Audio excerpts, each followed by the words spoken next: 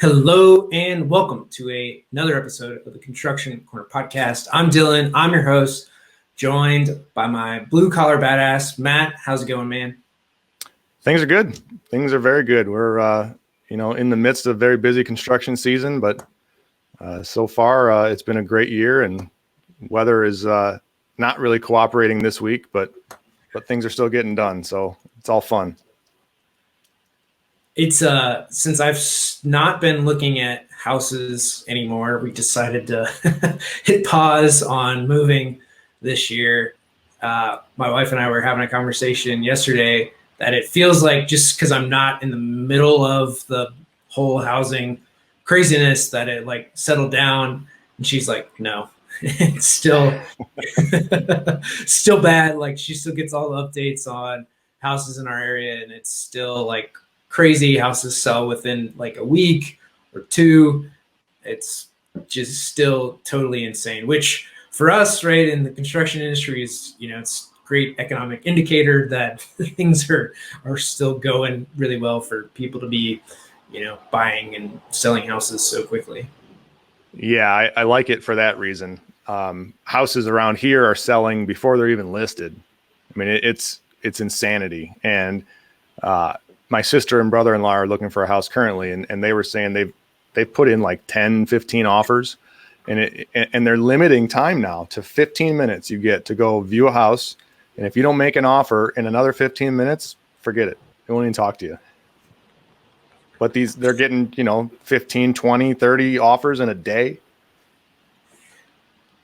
So it reminds me of like the countdown timers for like any website that you go to, like in marketing or like the show Storage Wars or something like that, where they've got an auction and it's just an auction now. Like you make an offer, if not, you're SOL and come again. That's exactly what it is. I may have spent some time in a previous life doing the storage auction things, and you want to talk about crazy times, man. When they open up that door, the clock starts ticking. You better either get it or leave. And yeah, I mean, so it's from a like marketing and psychology perspective, it's great to see that the real estate market finally has like a fear of missing out component associated with it in doing this. And I think it was partially by necessity, right? In COVID and limiting, viewing times and all that kind of stuff for agents, where you can only have one showing versus like a mass hysteria thing of everybody showing up at the same time to view a place. Now it's like you got a slot, best offer, and hope you win. It is not for the weak of stomach, that's for sure. Or checkbook. Yeah, right. Which kind of goes into, the big topic that we wanted to bring up and go through today. And for construction companies, this is going to be, and really engineering and a whole industry, this is going to be a very different way of looking at your business. This is going to be a new way to think about it. In marketing, it's thought about very frequently in how really people flow through, because you have a lot of data analytics, things like that to track as people move through your funnel or distribution sales channel.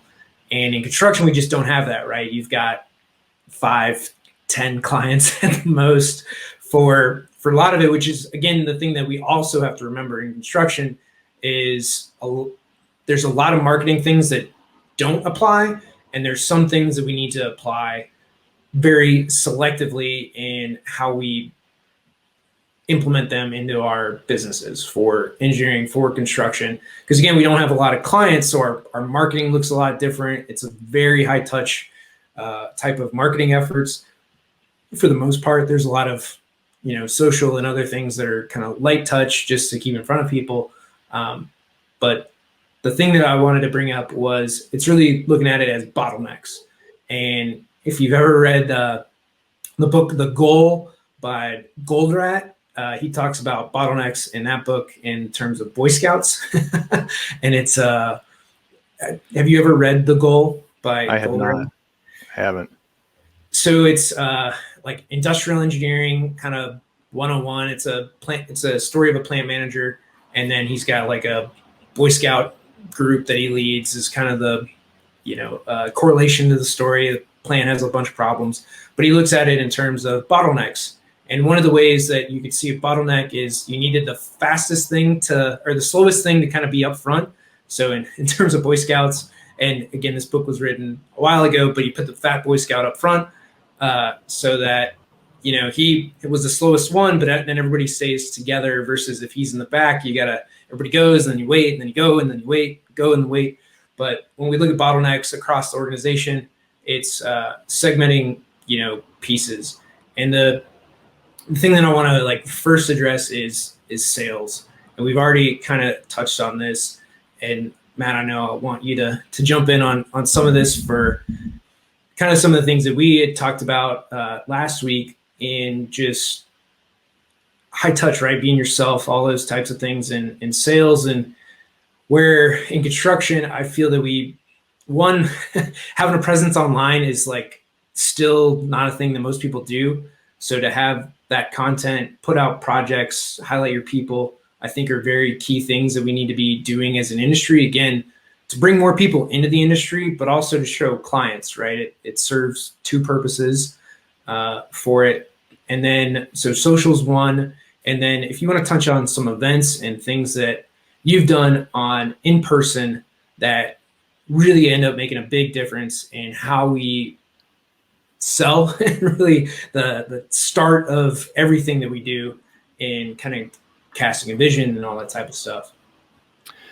So I think you touched on a good point right off the get-go here, in that, we don't as an industry market very well or very often, because most of us, myself especially, we build a handful of projects a year, and that keeps us quite busy. Whether that handful is 5, 10, or 20, it doesn't really matter.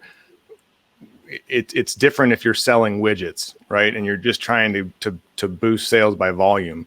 So any marketing that we do has to be very, very targeted, or it's a giant waste of time. And time is one thing in our industry, especially, that no one has enough of, especially in the springtime when things are running like crazy. So, you really got to target what you do, and you really have to target who you're talking to.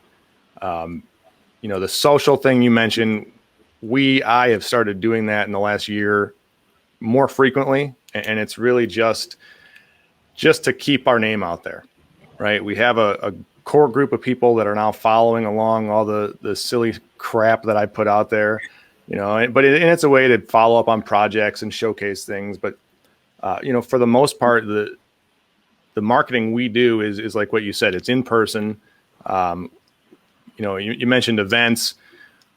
We don't do a whole lot in terms of career type events where we're getting youth and doing that route, but we certainly do a lot of sponsorships, and this time of year, especially in our market, in the Southeast Michigan market, golf outings are huge.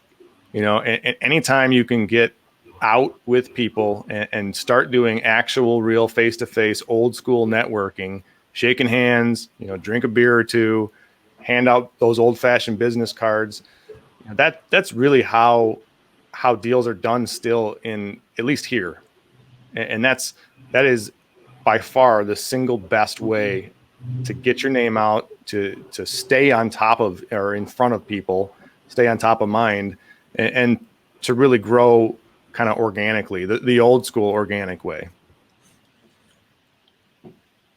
And that's one of the things and I've worked in a lot of firms. I've, run my own now for a few years, and in the A&E world, I almost feel like we didn't do enough of those types of events, right? We had our 5-10 design clients that we went to, whether that was higher ed or healthcare, or schools are a little harder, like the K-12 market's a little harder to do outings and stuff with, just now that you can't give anybody more than $25 or something worth of stuff. The outings become a little more difficult to be a part of. But there's other ways that are free touches that you can do without taking people to lunch and things like that. In other markets, like healthcare and higher ed, and those were no problems. And then obviously with private clients, you kind of do what you want. But in like the public sector has become a little more difficult. If you're doing government or anything like that, it becomes kind of harder, but easier in a way. You just got to be a little more creative in how you play it. But far too often, like there weren't those touches. There weren't those like email campaigns to like best design practices. What do you do for, all these various things that you might have occur within your building? How do you do preventative maintenance on this or that? Like how helpful would that be to an owner to have those types of follow-ups? And I think far too often we as an industry, because we couldn't, so this is another thing historically. So architects and engineers, but I think architecture historically could not advertise. So in the 70s and sooner, I think 75, it got repealed, or sometime in that time frame. The internet can correct me here, but sometime in that, like before 1975, let's just say, it was unethical to market. Same with lawyers and a lot of professional degrees. It was against your licensure to market. So you weren't able to actually market. It had to be face-to-face, hand-to-hand, and that was it. So now in this new age of kind of, I'll call it the Wild West, but like you could kind of do whatever you want. There's still a lot of old mentality and it works. I mean, it's worked for a long, long time. But there's other things in the design community, especially in the crackdown and or I'm going to say crackdown, but in the public sectors where you can't take people to lunch. You can't gift anything. It's, $25 limit and you still got to write out paperwork for it.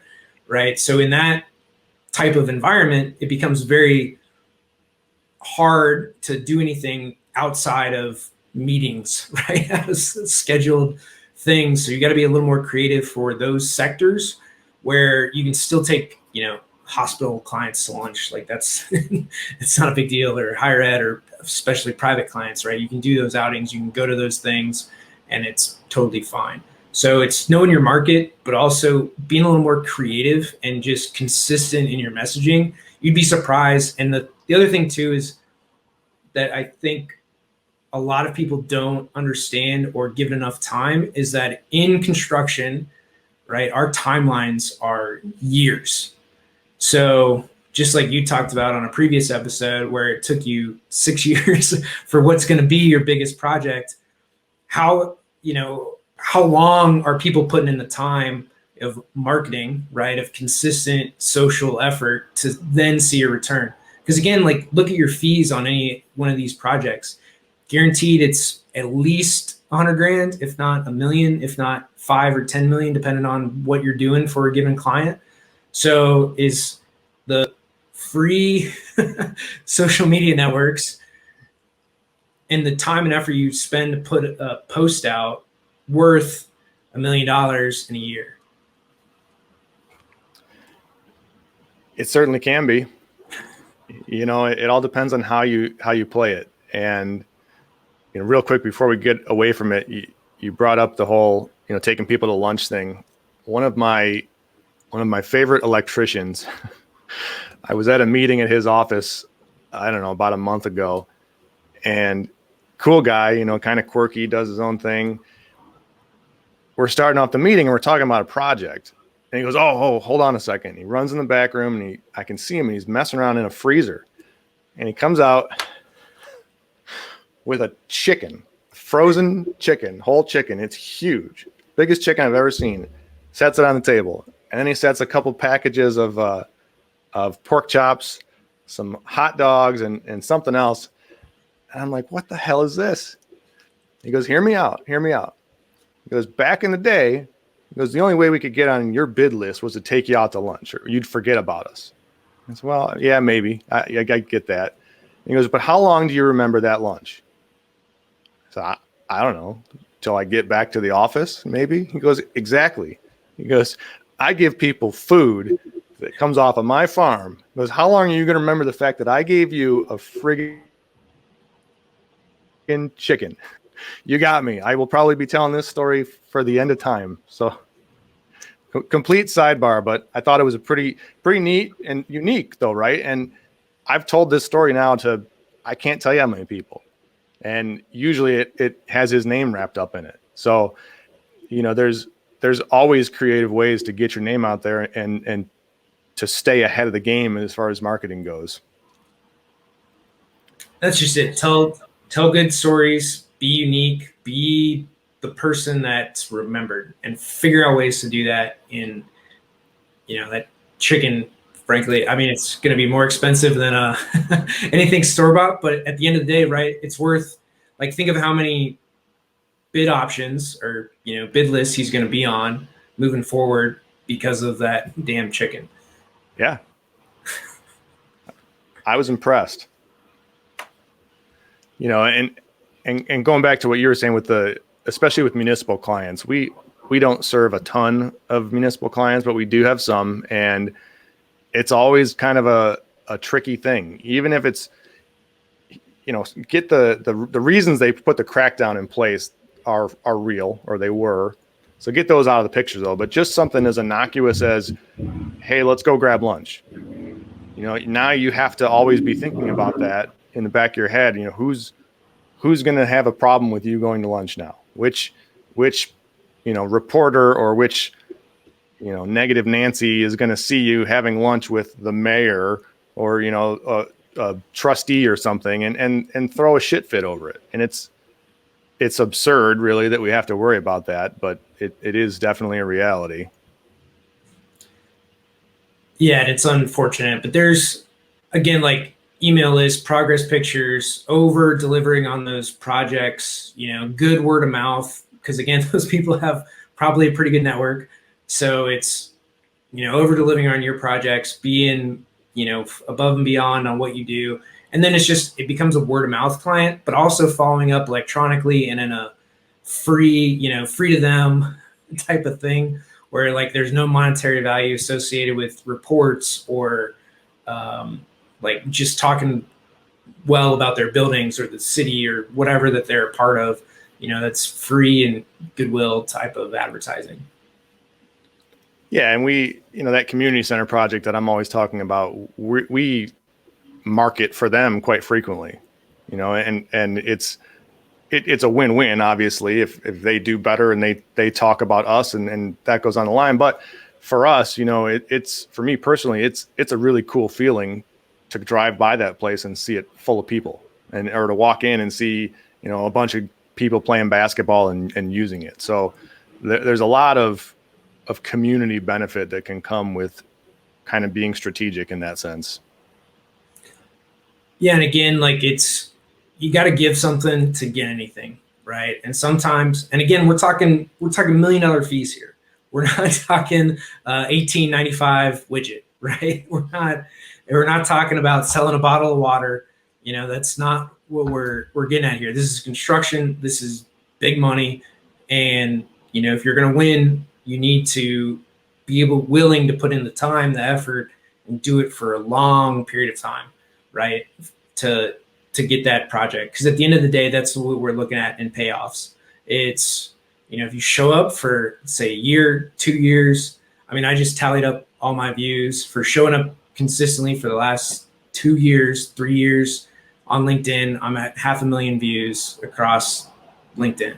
So in that, right, but you got to show up for a long period of time to hit, like, that type of content and those types of metrics that, again, you got to track them, you got to follow up. And then, at the end of the day, you might not know exactly where it came from, but you can't discount any of the efforts that you've put in along the way. And, I got to say, you're way better at this than I am. And maybe it's difference in industry, maybe it's difference in personality, or both. I don't know. But I mean, I've been doing it semi-regularly for about a year, and I still get excited by the number of thumbs up and likes I get. And that's the only metric I really give a shit about, because the rest of it, again, for me, for what I do, it's not going to sell me a building. It's not going to necessarily produce the next client, but it keeps my name out there, and it hopefully keeps us relevant. Now, in your case, I think it could be the total opposite, right? I mean, you could have that purchase made because of a video you did or something you posted. So, I think it just depends on on knowing your target market and knowing how to reach them the best. And there are very different ways in doing that, depending on who you're serving. And if we look at this as a funnel, right? You look at the cool marketing funnel, and funnels have been around for a while. Russell Brunson is he's the king of funnels and click funnels. But when you talk about a funnel, right, you talk about leads, the people that are coming in that are cold audience, that don't know who you are, that don't know anything about you. They need to be educated in what you do, who you are, what you can offer them. And then they become interested. So now they become like qualified in what you do and what you offer. They know who you are. They know your product, but they're not clients yet. They're not people that have bought. So again, it's still an education process, a training process of what you can do, what you can offer them, and building that trust. And this, I mean, again, for a bottle of water, a lot of people put in the time and effort to get you to trust that this thing is gonna, not kill you. So depending on where you are in your market, you got to still educate people that you can do what they're looking to do. In construction and engineering, it's if you're moving from, so a good example is from K-12 to higher ed, right? You've been doing K-12 projects forever, and then you want to get in the higher ed market. Well, you're going to start in the higher ed market or with that client with some really probably crappy projects. You're going to do bathroom renovations. You're going to do simple little whatever, but it's to understand that it's proving that you can work in their environment, meet their standards, and that you're a good person to work with. It might even take a while to get those, $5,000 fee projects to, again, earn the trust to then do the stadium project that earns you a, $1.5 million fee. So understanding like where that, value ladder is that Russell Brunson explains, or describes, but it's, escalating a client up. And typically that just means doing bigger and bigger projects for them over a period of time. And that's like the simple piece of the funnel, right? You get cold leads in, you educate them, they become clients, maybe small clients at first, and then, leading into bigger projects with them, doing bigger work for them, and then using that to leverage into other clients. And they, again, know, like, and trust you, and then they just continue to do business with you. That's it. We could end the show right there. The know, like, and trust, right? The little jobs, we call them resume builders around here. Sometimes you have to do that, but the whole goal in doing that is to build that trust, because in construction, especially, for whatever reason, we still have this connotation globally that the contractor is trying to screw the owner. The architect is trying to screw the owner. Everybody's out to get everyone else. Usually, I think this is pretty unfounded, but it's still there. So to build trust is the absolute key in anything we do. And I think it's probably the same with the design side, with the construction side, even with the owner side. Because frankly, to that end, to the kind of the inverse there, I won't work for someone that I don't trust. If I meet with someone and I think they're kind of a slime ball, and it doesn't do me any good to have a bad project under my belt. That's a headache that doesn't go away for a long time. I worked a long time ago for a guy who would always tell me that the best projects are the ones you walk away from. And I should have it tattooed on my arm, because it's absolutely true. And the times when I didn't trust my gut, and I knew I didn't trust somebody, but I still got engaged with them, it never ends up well. It's never fun. It's, those are the stressful projects that make you not want to do construction anymore. So all across the board, we all need to focus on building that trust, whether it's from the provider or the vendor or the receiver, frankly. And trust is built in a lot of ways, right? One of the big things is finances. And in construction, like, money is not talked about enough in how things are structured. And I know I bring it up a lot because I don't think it's heard enough in how things are structured, the transparency, the payment terms, the margins on all of these projects. I mean, let's just get this straight.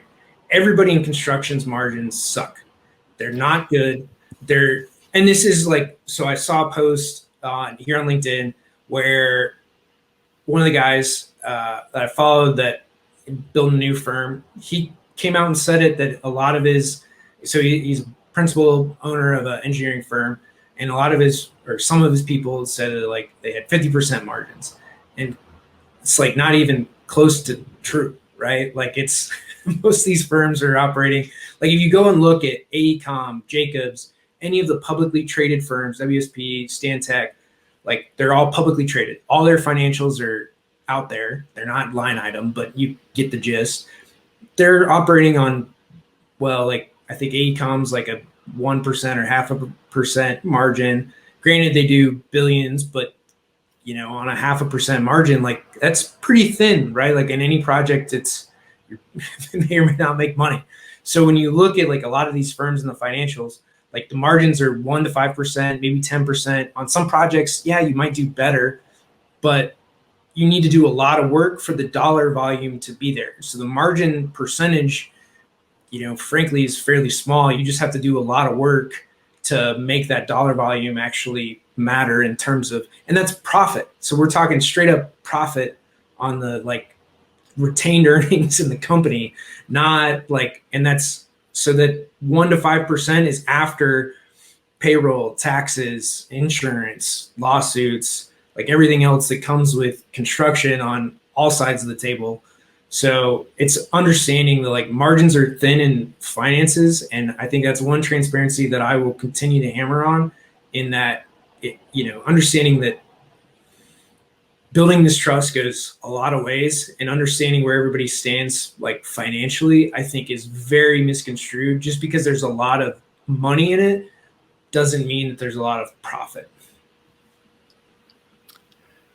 If you show me a construction company making 50% margins, I wouldn't believe you. You were doing black magic or something. To get even close to that, forget it.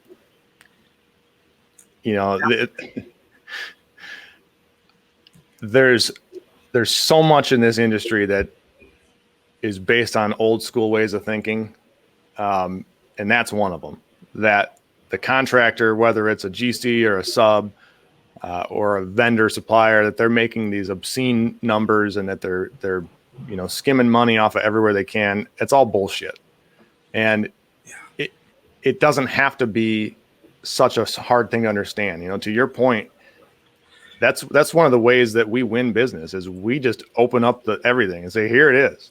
This is exactly what I'm going to make on your project. This is exactly what you're going to pay me. This is what I have to pay my people. And at the end of the day, I'm going to make this little nibble of cheese here at the bottom.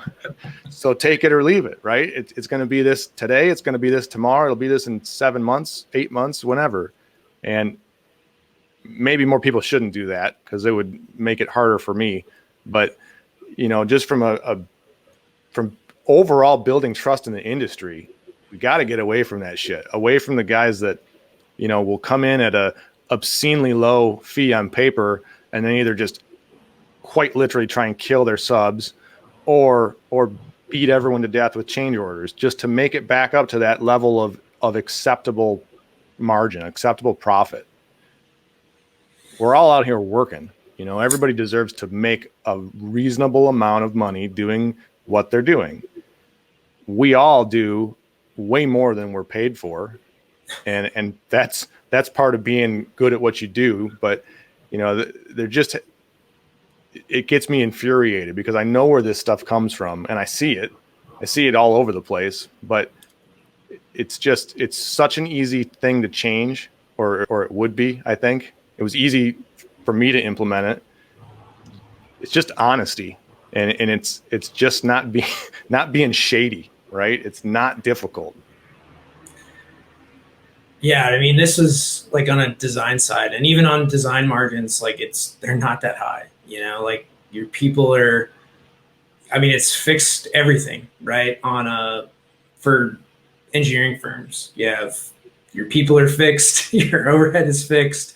You need to pull in that many projects to pay for everybody, to not fire anybody. I mean, and you have typically a very big, nut to crack on a monthly basis to just do payroll, let alone, equipment, software, and everything else to do that. And I think, again, financial literacy in general, not just construction, is pretty poor. But then you add in like construction specifics and what are actual margins? Like how much money do we need to like generate in revenue to pay for payroll? Like, let's start there. What's the break even? Especially in like in a design firm when you're staffing a ton of people to do work that may or may not be there, right? And and the same with subs, right? Like, I mean, and you guys have your own staff too, but like a lot of subs, I mean, that's somewhat of the benefit of the union, but like still a lot of them, they're employing a big payroll, a lot of people, they've got a big shop space, big overhead that they need to do work just for cash flow purposes to stay in the game. And this, so we're kind of, all right. So the big thing today was bottlenecks. But this is one of those things to educate your people on is financials, financial literacy in your company, and which goes to all your numbers. And really in bottlenecks, finances are such a big one that I cannot emphasize enough, truly, in so many ways. Because again, like, do you know what you pay for a lead? Do you know what you pay to be in front of somebody? Do you know what you pay to acquire that customer? Did it cost you $1,000? Do you even know? Are you, was it $100,000 and your fee was $5? Like, what are your numbers to like get in front of that person? And what's the lifetime value of a customer worth to you? And this is the other thing, like when you start talking municipalities, far too often people do the project and they leave. They never talk about it ever again. They don't show up to anything. And then they wonder why they never got the next project for that municipal customer. But if you treated everybody like lifetime value, so what's this municipal district? What's this K-12 school district? What's this higher education client going to do over the next, let's just say 20 years? What does that number look like? In rough terms, right? You're not going to be spot on, but are they going to build 10 million, 100 million, $1 billion worth of construction in 20 years? What's your fee on that? I mean, you can do the math pretty quickly on what that looks like, right? Like this is not that hard, but you need to think of it in very like, what is this customer worth to us if we are to stay in front of them? And again, you can do the initial marketing is going to cost you something. Follow-up is going to cost you something every year to go to events, to do golf outings, to do all that other stuff. There's a lot of free things in marketing, or it costs you $10 a month to be in front of them, or to send an email, or to give them a call, right? It doesn't cost a whole lot. It's a lot of time for sure. But if you're able to then evaluate, okay, this customer over 20 years is going to be $100 million to us, right? That they're going to do $1 billion, $50 million because they're doing $1 billion in construction and we have a 5% fee, right? Very, very straight up easy math is to get 50 million, which no one ever does this math. They don't know their numbers, but to get 50 million, is it worth making a phone call every month to this guy? Probably should be. But how often do you not, right? Or does people just don't make the call? But you got to think of it in those terms. What's the value of this customer? Is it worth 50 million to make a call a month? So you're talking 20 years, 240 calls. It's because of this general illiteracy of finances and that you mentioned, and the cash flow is like a beast that lives down in the basement. And the bigger you get, the hungrier that beast gets. And you have to feed that beast every single day. And people don't recognize what that looks like. I mean, you started touching on some of it between the insurance and the shop or the office and all of the overhead, all of the salaries, all of the cell phones and laptops. And that beast is hungry, man. And it is a unbelievable amount of food that it eats every single day. And if you don't recognize that and understand it and have a very intrinsic knowledge of what that number is, if you don't look at any other number at all, and we've talked about numbers a lot, but if you look at nothing else, at least know what your cash flow looks like, what your beast has to eat. in a daily, weekly, monthly, annual basis, or you won't be listening to this anymore because you'll be out of the industry. It's as critical as that. And so very few people get into it. I would suggest we try and kind of push it on our employees also. Like, here, you need to know what this costs to do this thing we're doing. At least have a cursory understanding of it, right? It's I can't even stress how critical it is and how scary it is. The first time you see those numbers, it's like, wait, what? What happens if we stop producing? Well, you stop producing and the beast gets really pissed off and bad things happen. Yeah, I mean, the first thing to get cut is salary, right? So if you don't produce, well, I mean, you touched on it. Most employees, again, this I saw a post. Some employee thought that their engineering firm made 50% margins, and it's just like, that's laughable. And I commented, I was like, this financial stuff, it needs to be hammered on far more often. People need to know, because like I remember working for a firm and somebody got all upset that the owners got new cars and they didn't get a raise or something at the end of the year. I'm like, they've owned that firm for 20 years. They probably, yeah, their bonus might have been 50 grand or whatever to pay for the car.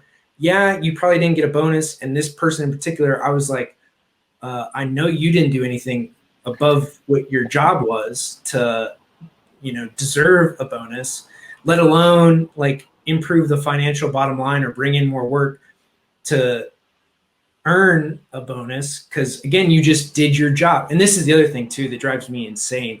And my younger self was super guilty of this too. But my first job out, my boss actually outlined, hey, you become competent in these 5 things, you'll get a raise. It was a salary raise. And then like I did have to remind him after like 6 months, like, hey, I think I've I've qualified here. But it was actually outlined. And far too often people don't do more, they don't bring in revenue, and they don't understand that like you need to generate revenue in order to get more money. And these are basic things that like the owners deserve. Freaking like, again, it's a new car. Like, you don't know did they finance the whole thing? Did they pay cash for it? It's a $80,000 BMW and their bonus was 50 on a 100 and whatever person engineering firm that I'm sure had 10 million in revenues. Like, like this is somewhat simple math to understand. Like, as an owner of a firm, you're going to get paid more. You took the risk. You own the overhead. And again, if it's 50 grand, like, okay, he made 2/3 of a payment on a car, like, and you're making whatever, 70 grand in the Midwest, which is still like fairly decent.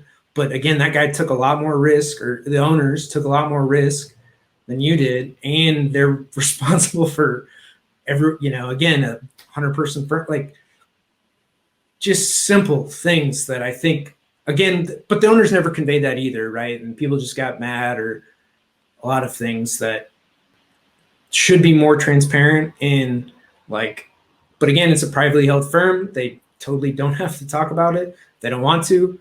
It's totally their rights. And I think a lot of people just get lost in these very basic things of, there's 100 people here, like, look around at salaries. I'm pretty sure that they're probably making 10 million a year to just cover salary, or revenues of 10 million, margins of 5%. So simple math.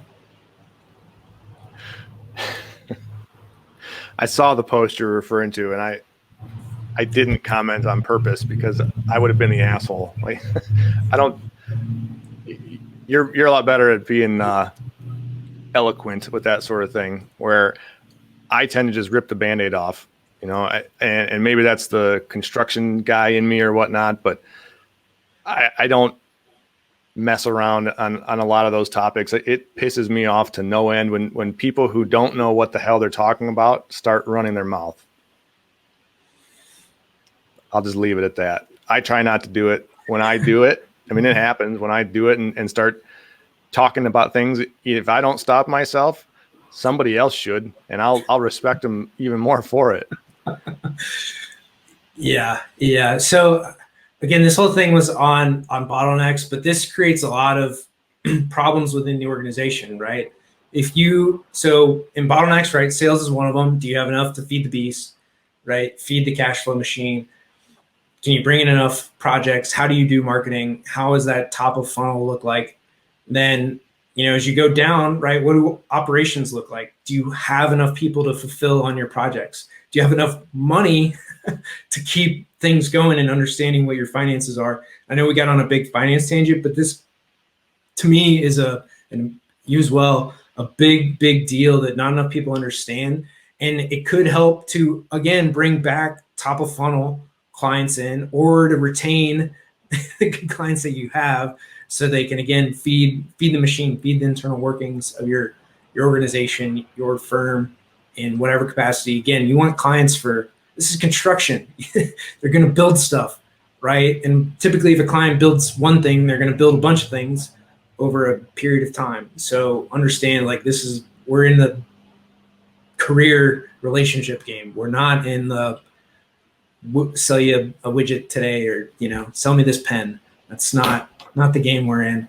So, all right, top of funnel, finances, operations is, I think, the thing that we'll have the amount of time to cover today, but is getting into operations and making sure that you have enough people for the job that you're doing.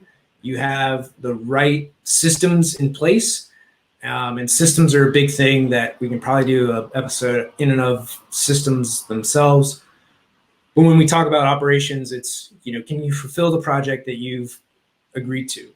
And I'll speak on the, the design firm side of this is we commit or we go and present and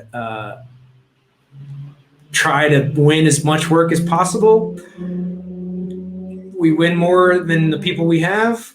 Hire warm bodies because you don't care. You didn't plan for it. You haven't built your culture for it. And it creates all sorts of problems on that side of it. Or on the reverse, you lost a bunch because you didn't know your win rate on proposals and presentations, that you went after bad clients. You didn't, go through a approval process for which projects you're going to go after. You just went after everything. And then you lost a whole bunch because you didn't spend the time on the ones that you should have won. So then you're stuck with not enough projects, scrambling, and you end up firing a bunch of people and then trying it all over again next proposal cycle.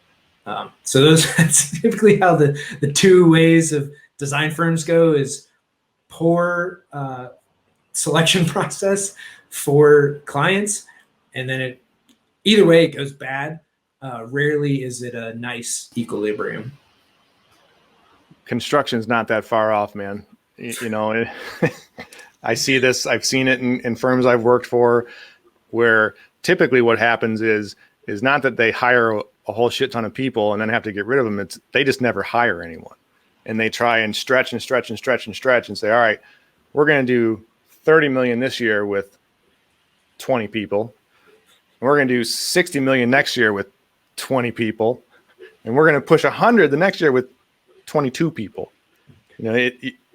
Scaling and operational growth, it's a hard one to understand because of the beast in the basement. I get it. I mean, we're at a different scale than some of that, but it's a scary thing to bring new people on, because we want to do it the right way. We want to bring people that fit our culture, bring them kind of up in our systems and our processes, make sure they represent our core values, and then kind of let them loose on the construction world. Well, there's this big catch-22 because, you bring another person on, the beast gets a lot hungrier. So if you're not grabbing more work, you can't sustain to feed them anymore. And like we've talked about before, the worst thing in the world is having to get rid of somebody or lay someone off or, any of that sort of stuff. So, really understanding how your funnel works and knowing your numbers, taking the time to sit down and really map out what kind of manpower do you need to hit the targets you're setting in place. Because if you don't do that, I mean, it's real easy to say, I want to do X million of dollars this year. But if you don't take those next few steps and say, okay, and I'm going to do it with 5 people or 10 people or whatever the number is, you're bound for destruction. You know, you're kind of running with a blindfold on, and eventually you're going to hit something. You hit on a couple good points there that I want to touch on more. Is one, bringing people into your organization that fit culture, core values, right? One, that's super unique, right? Nobody does that. And then 2 is having training, right? Bringing people within know your systems and understanding that that takes time. And the thing in this that I really want to hammer on is that it's an investment. To not see your people as an investment is a big problem. And I think far too many firms see their people as an expense, right? They see it as a line item, as a thing we can't afford. And for sure, there's going to be times where that is absolutely true. But there's also times where, you know, having and bringing people on, they should be able to make you money, right? At the end of the day, those, especially your senior people, your staff that is client facing, if they're not bringing more work in, or if you're not putting them in positions to bring more work in, I mean, that's ultimately on you as a firm owner and an executive to put your people in front of owners, to bring in work, to trust them, but also to explain like the back end, the finances, to be somewhat transparent with them so that they can go in an educated manner to understand the situation instead of like, I'm just doing my job, right? But having no idea that like, oh, we need more work, and ask about that, or have the financial incentives like, oh, you brought something in, cool. You know, here's our structure financially to reward you for doing so. And again, it's, you need to have those systems as a business owner, as an executive in your firm, in your company. It's going to keep people, it's going to keep them happy. They're going to be part of the process, which again, as we've talked about in culture and core values and all that stuff, like people have to be a part of the process. If they're not, they just don't fit into the company because they don't know where they fit. They don't know where on the totem pole or puzzle piece or however you want to make that metaphor, they don't know where they fit. And that's a big problem in a lot of firms.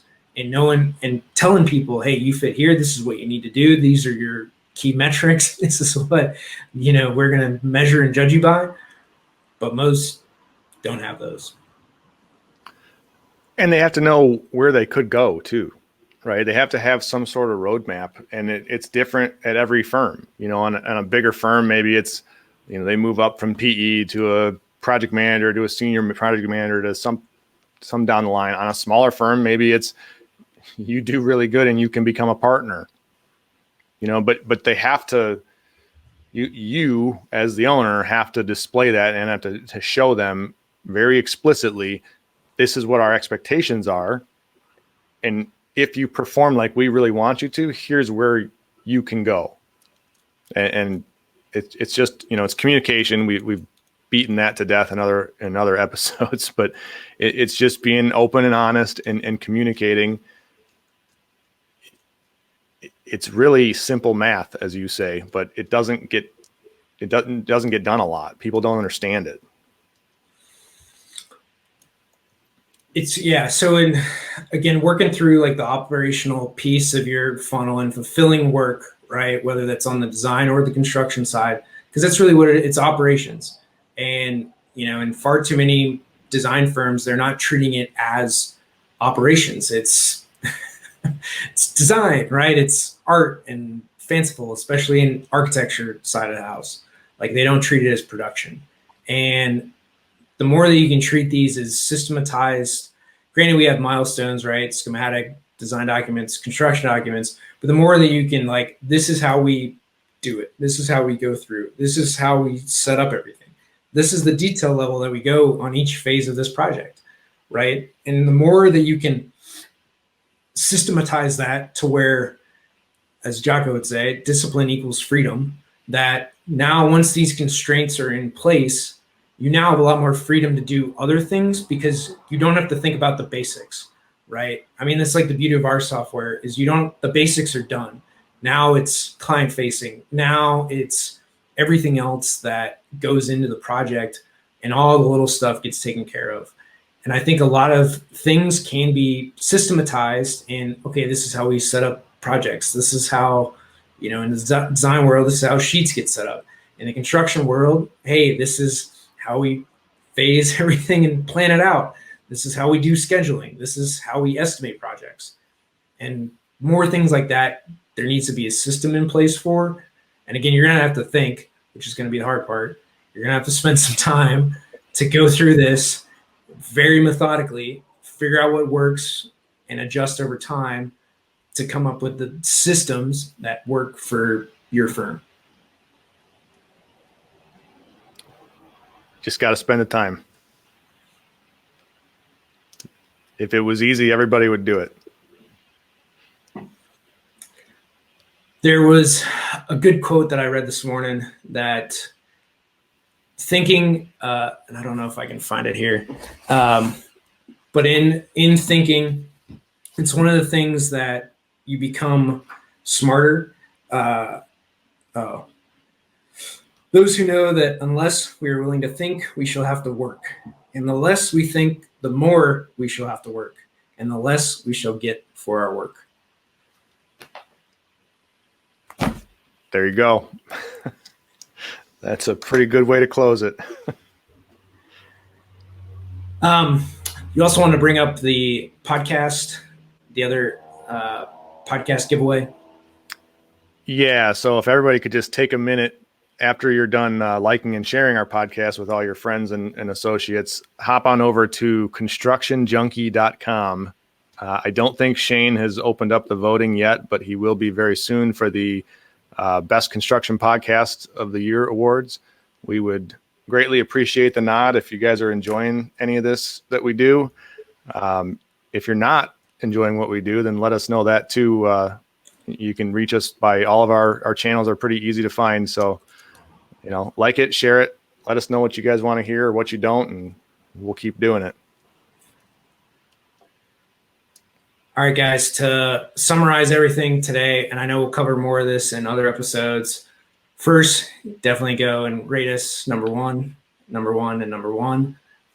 Next is, so again, in funnels, right, you got to go in bottlenecks is figuring out what's the pinch point in your organization, what's slowing you up, what's keeping you from becoming better, right? Whether that's you don't have enough leads, you don't have enough sales, you don't have anybody coming in the top of your funnel.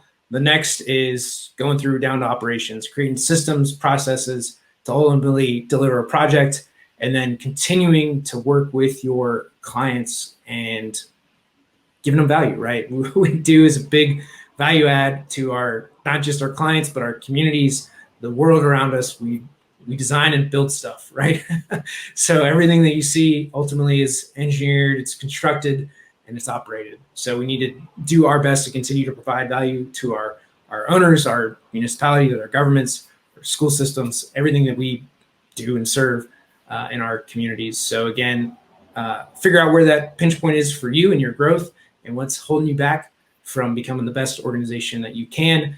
And again, constructionjunkie.com, go and rate us number one. And guys, until next time.